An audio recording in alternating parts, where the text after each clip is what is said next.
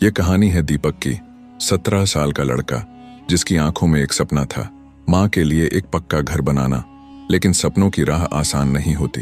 दीपक का परिवार बहुत गरीब था। मिट्टी की दीवारों वाला टूटा फूटा घर, बारिश में टपकती छत और खाने को 2 वक्त की रोटी भी मुश्किल से मिलती।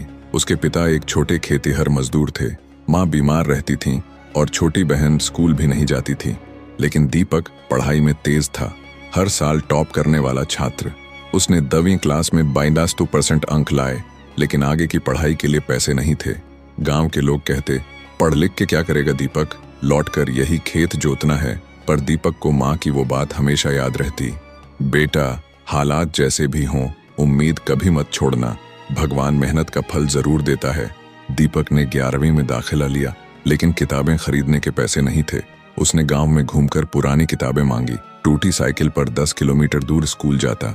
स्कूल के बाद खेतों में मजदूरी करता, फिर रात में माँ को दवा देता और देर रात तक मिट्टी के चूल्हे के पास बैठकर पढ़ता। एक रात जब बारिश हो रही थी, छत से पानी टपक रहा था और उसकी किताबें भीग रही थीं। माँ ने देखा कि दीपक रो रहा है। उसने पास बैठते हुए कहा, तू रो क्यों रहा है बेटा? दीपक बोला, माँ ये सपना बहुत बड़ा है मेरे लिए। माँ ने बस एक बात कही, तो सपना छोटा मत कर, हौसला बड़ा कर। एक दिन गांव में एक नया शिक्षक आया, राजीव सर, जो शहर से गांव में ट्रांसफर होकर आए थे। उन्होंने देखा कि दीपक सबसे अलग है। उन्होंने पूछा, क्या तुम IIT की तैयारी करना चाहते हो? दीपक हंस पड़ा, सर किताब खरीदने के पैसे नहीं हैं, कोचिंग तो बहुत दूर की बात है। राजीव सर ने उसकी आंखों में देखा और कहा, बस तुम उम्मीद मत छोड़ना, मैं तुम्हारी पढ़ाई की जिम्मेदारी लेता हूँ। अब दीपक सुबह खेतों में काम करता, दोपहर में स्कूल जाता और रात को ऑनलाइन क्लासेस लेता। गांव में नेटवर्क नहीं आता था, तो वो पेड़ पर चढ़कर नेट पकड़ता।